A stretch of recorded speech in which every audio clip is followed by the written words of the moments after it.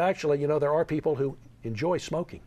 You know, they're not just addicted to it, they actually enjoy it. We brought some nice cigars in. People enjoyed those. All good stuff. All right. You came out here for this, but also I tempted you. I said, come on out, and because before the DNC comes to Denver, this way you can get the lay of the land, you can talk to a few folks, you can kind of get a sense of what's going on. So give me your outsider's opinion. I mean, you're a Beltway boy. You're coming out here. Colorado is going to be the centerpiece in a little while. We'll have some great protests for you, maybe a riot or two. But overall, as you look at Colorado and how Colorado's changed from your fresh eyes, what's your reaction? Well, the first thing you see is when you talk to Republicans, they're pessimistic. You talk to, not all of them, but a lot of them. And you talk to Democrats, and they're very, very optimistic. And of course, the question is whether what has gone on in Colorado and continues to go on, the Democrats are doing and Republicans may not be doing, whether Colorado's a bellwether state, whether Colorado is foreshadowing a Democratic surge nationally that will amount to almost a realignment. When you say what's going on in Colorado, I get a certain image, but tell me, what is your image? When you say what's going on in Colorado, tell me, Fred, what's John, going on in Colorado? You know what a number of these things are that have been set up here. One, you have the Gang of Four of rich liberals who have spent their money very, very wisely. Very effectively. No question about that. And they've helped turn the legislature Democratic, but they've also set in motion some permanent things that can help, I think, in any state. You know, things that have been strong on the national level, like think tanks and like political organizations like MoveOn.org, and set things like that up in Colorado. And they seemed, over the last several cycles, they seem to have had a remarkable effect. And if you do these things, and if you have things like a Media Matters that really criticizes the media for not being liberal enough, and institutions like this on the state level, I think Democrats believe they can, if those are working in Colorado, and they seem to be, they can export those to other states, and rich liberals like George Soros and Peter Lewis and even some of the ones here will finance them in other states. And that's bad news for Republicans. They're way behind. Republicans in Colorado are pessimistic. Well, we've got an election coming up. I know. Are they pessimistic about this election as well? Let's talk about the importance of the Schaefer-Udall race. And it would be the first time if Udall wins. I can't remember the last time we had.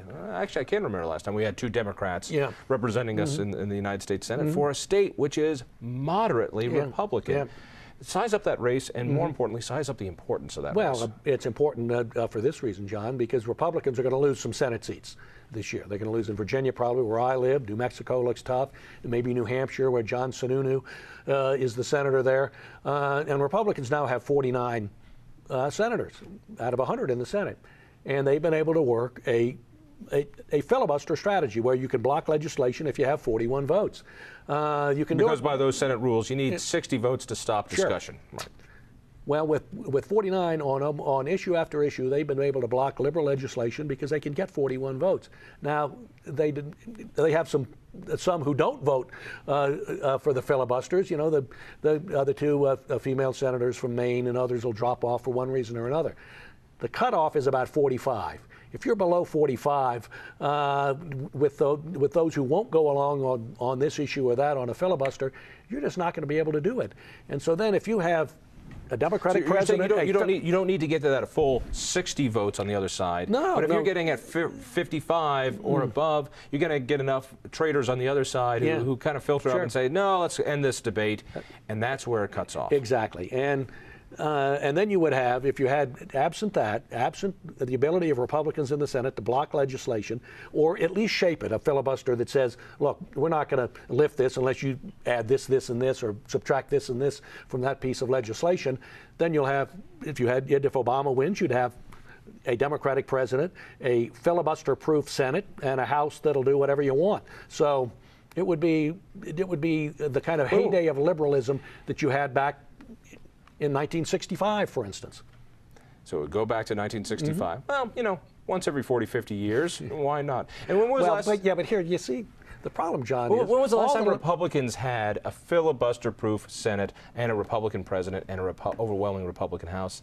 Yeah, maybe that was on Warren Harding, Calvin Coolidge. It's been a while. It's been a while. So that's why the Colorado Senate seat's so important. I mean, it would be, if Republicans, we know they're going to lose 3 or 4 other states, probably. If they lose Colorado as well, you're probably going to dip below that 45. So that's why the Colorado Senate race, I think, is pivotal. Well, size up the Colorado race. Right now, it looks like Bob Schaefer is moderately trailing, but I mean, not insurmountable. Look, but it's going to be a hot fight. Yeah, of course, it's going to be a hot fight. And what's going to be the issue? Well, you know, energy could be a big issue, and particularly with $4 a gallon gas, which may be $5 or $4.50 when we get to November.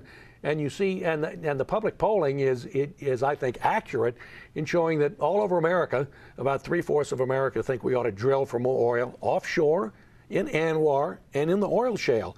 Go for the oil that's there, and not just talk about renewables, which, you know, they may produce the fuel that's going to drive cars in 20 years from now, but they may not. You know, it may never work. And if they do, government doesn't have anything to do with it. That's what I love when they say, you know, what we need to do, and a politician says, what we need to do is get renewable energy. It's like, well, fine. Yeah.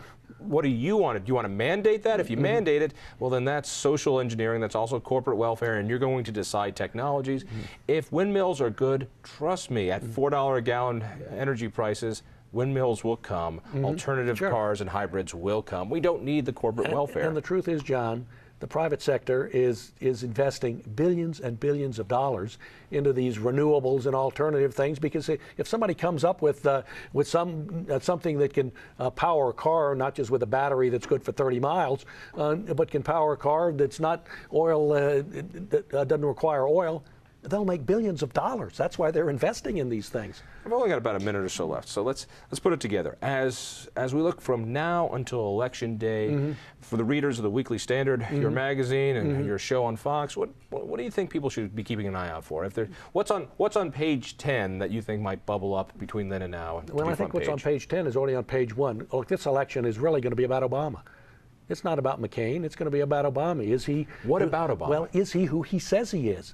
How the hell do you know? Well, you're going to. I mean, it's like an ink blot test. You see what you want to see. I know, but that's what we have to figure out. Or the McCain campaign has to do it, or the Weekly Standard has to help and say who he is, so people understand that.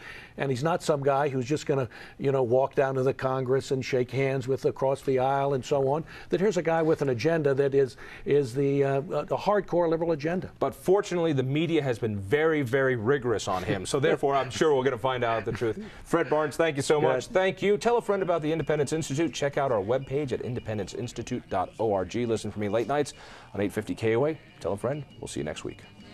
I